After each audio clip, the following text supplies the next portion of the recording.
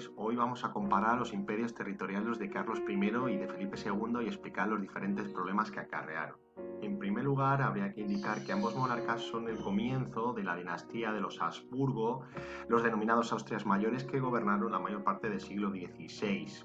Carlos V es el primer Austria y comenzará a gobernar hasta la muerte de su abuelo Fernando el Católico en 1517. Le seguirá su hijo Felipe II. Esta dinastía estará gobernando en España hasta 1700 tras la muerte de Carlos II sin hijos, y serán sustituidos por los Borbones, por Felipe V. Estos reyes, estos Austrias mayores, establecen una monarquía autoritaria en los reinos hispánicos e inician el tránsito hacia la Edad Moderna, algo que habían comenzado ya los reyes católicos. Se unifican en base a la lealtad del soberano, que son territorios bajo su gobierno con diferentes, como veremos, diferentes leyes, instituciones,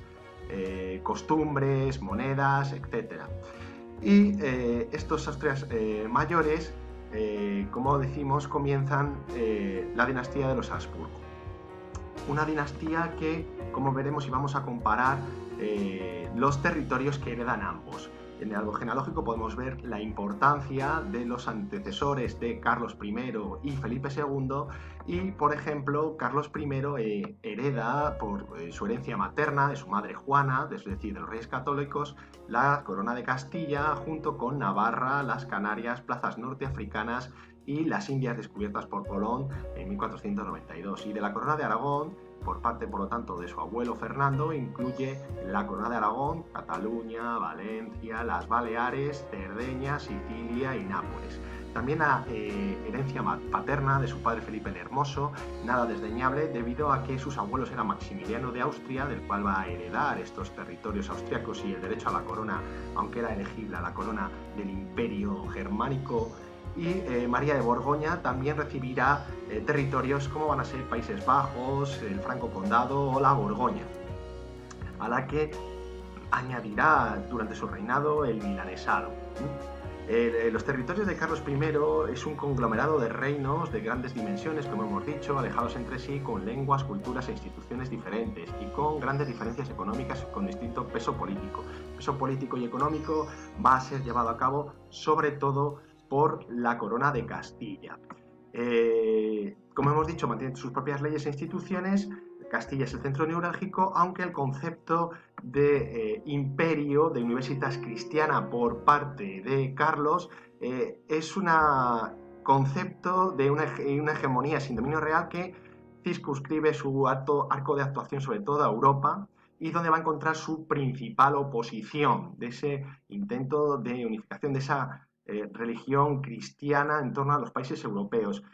Para ello, tanto él como Felipe II van a contar con el apoyo de los tercios, que están compuestos por mercenarios pagados a través del oro y plata de América, y a través de una hábil diplomacia que se cimenta sobre todo en las estrategias matrimoniales. Y los enemigos fundamentales de Carlos van a ser Francia, el Imperio Turco o los príncipes alemanes. Estos dos primeros, como veremos, también sucederán con Felipe II. Felipe II, por su parte, hereda también extensos territorios, Castilla, Reino de Castilla, Reino de Aragón, los territorios italianos, los Países Bajos, el norte de África y América, al igual que su padre, pero no recibirá o no va a ser coronado emperador, sino que eso será su tío Fernando. Y también recibirá el reino de Portugal debido a los derechos de sucesión por su madre, por parte de su madre Isabel de Portugal, y será coronado como rey tras las Cortes de Tomar en 1580. La idea ya no es una universitas cristiana, sino es un mantenimiento de la supremacía de los Habsburgo. No es una mentalidad conciliadora, erasmista como la de su padre, sino que es un intento de mantener esa supremacía a través de la potencia económica y militar de Castilla, e incluso traslada la capital, como vemos, a Madrid. Los enemigos serán también los franceses por el territorio italiano, el Imperio Turco, al igual que su padre, en estos dos coinciden, pero se añadirá a los calvinistas holandeses dirigidos por Guillermo de Orange y los anglicanos ingleses de Isabel I de Inglaterra. Y tenemos la Europa durante el reinado de Felipe II. En cuanto a las diferentes etapas en la política exterior que vamos a comparar, hemos dicho que tanto Carlos V como Felipe II van a tener como enemigo a Francia. En un primer momento, las victorias por parte de Carlos I van a llegar, como en Pavía en 1525, que será la derrota del ejército francés, y Francisco I, el rey francés, será hecho prisionero y trasladado a Madrid, donde firmará el Tratado de Madrid, en el que Francisco I renunciaba al Milanesado, a Génova, a Borgoña, Nápoles, Artois y Flandes. Será liberado, dejando a sus dos hijos como rehenes y como garantes del tratado, pero no lo cumplirá. También habrá un enfrentamiento con el Papa, que se rodeará el Vaticano, e incluso los soldados, tras no recibir la soldada, saquearán Roma en 1527. Esta lucha contra los franceses, en un primer momento, se pondrá fin tras la paz de Cambrai o paz de las damas entre Margarita de Austria, que era la tía de Carlos I, y Luisa de Saboya, la madre de Francisco I. Margarita, en nombre de Carlos, renuncia al ducado de Borgoña y la Baja Navarra, mientras que Luisa de Saboya renunciará a los territorios italianos y a Flandes. Carlos I, en esta primera etapa, ocupará también el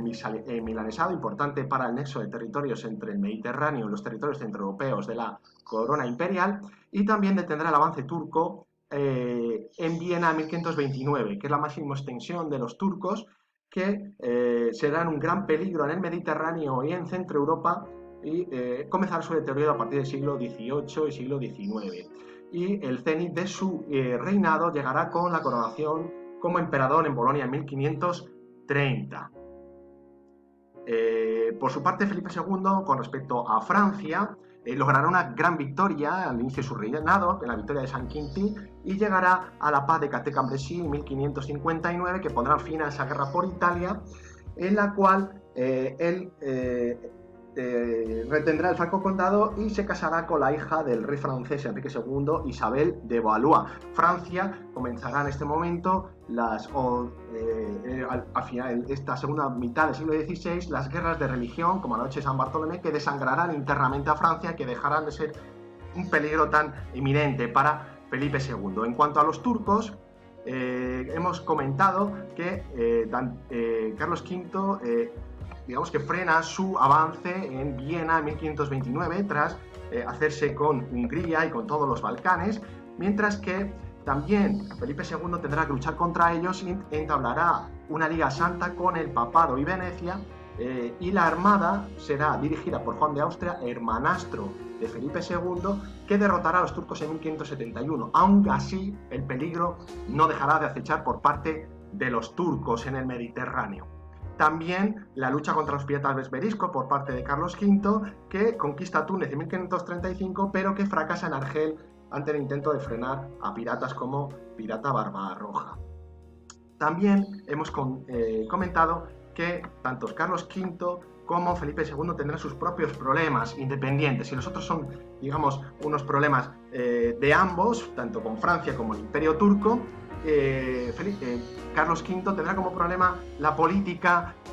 contra los luteranos de los príncipes alemanes, y, como veremos, Felipe II con los calvinistas holandeses y con la Inglaterra de Isabel I, también protestante.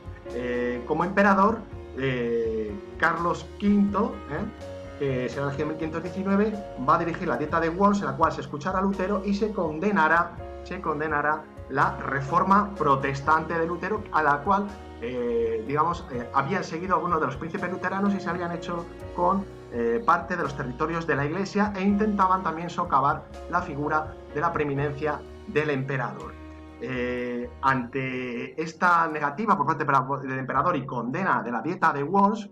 los príncipes luteranos se unirán en la Liga Esmalcalda en 1531, que luchará contra el emperador y que incluso se unirá con la Francia de Francisco I contra el emperador. Carlos V intentará llevar a cabo una política conciliadora, una política primero pacífica a través de la contrarreforma del Concilio de Trento en dos fases, como tenemos la primera etapa y la segunda etapa, del 45 al 52 y del 62 al 63, y también tendrá que luchar contra estos príncipes luteranos en la batalla de Mühlberg de 1547, que no determinará, a pesar de la victoria, el fin del luteranismo y de los príncipes alemanes, y Carlos V, ya en el final de su periodo, llegará a una tregua con estos con estos príncipes ya envejecido y ya afectado por la gota, y llegará la paz de Augsburgo, como lo tenemos aquí en 1555, en la cual reconocerá que cada estado tendrá la religión del príncipe alemán al cargo de cada estado, a cargo del gobierno. Por lo tanto, Carlos V, a partir de entonces, tras la paz de Habsburgo, abdicará en su hijo en 1556. Por su parte, digamos, el mayor problema de Felipe II llegará desde los Países Bajos, el mayor problema político-militar, al igual que fue también el conflicto con los luteranos por parte de Carlos V. Y será una lucha entre la contrarreforma, que sale del Concilio de Trento, contra el protestantismo, al igual que ocurría con los príncipes luteranos, protestantismo de los calvinistas holandeses. También hay un problema entre el nacionalismo de los Países Bajos y el centralismo, absolutismo, autoritarismo, diríamos en este momento, por parte de Felipe II. En un primer momento se llegó una represión por parte de los tercios comandados por el duque de Alba, y luego una serie de gobernadores como Requesens, Juan de Austria y Alejandro de Farnesio, que no podrán poner fin a este problema con los Países Bajos, y estallará definitivamente en 1572, liderados por la Casa de Orange, de Guillermo de Orange, contra Felipe II. Habrá una división efectiva, de facto, con una norte holandés e independiente que se ha reconocido tras la paz de Westfalia de 1648 de jure, ¿de acuerdo? Y un sur,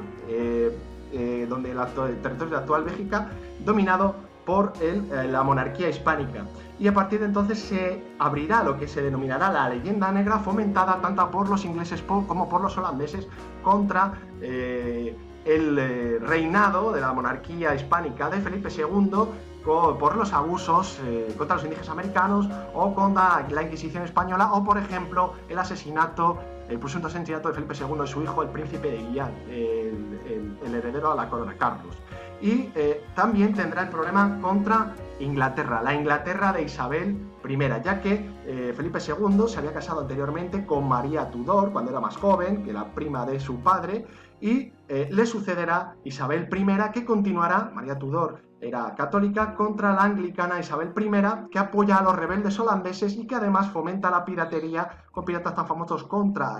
Drake, contra el comercio de monopolio de Portugal y España. Ya hemos visto que Felipe II era rey de Portugal y rey de España con América, y Felipe II intentó poner fin a este problema contra los anglicanos, contra Isabel I, intentando conquistar las Islas Británicas con la denominada Armada Invencible en 1588, que fue dirigida por las tropas por Alejandro Farnesio, pero que fracasaron debido a las inclemencias del tiempo, y puso fin a esas aspiraciones de conquistar las islas, que también fomentaron la denominada leyenda negra. Por último, en este estándar también podemos hablar de este imperio americano, que aumentará durante los reinados de Carlos V y Felipe II, con la conquista del imperio azteca por parte de Cortés, del imperio inca por parte de Pizarro, o del Chile por parte de Valdivia. A su vez, el descubrimiento de territorios como la zona meridional de los Estados Unidos por Cabeza de Vaca o Ponce de León, o la vuelta al mundo de Magallanes y Elcano. Unos recursos encontrados en las Indias de la monarquía hispánica, que se utilizaron como recurso para luchar y pagar esos tercios que librarían las batallas en el centro de Europa, tanto de Carlos V como Felipe II, y a pesar de ese oro y esa plata, llevar a la bancarrota a la monarquía hispánica en varias ocasiones. Bueno, espero que os sirva esta comparación para aprender y para poder repasar este estándar un poco extenso, pero importante.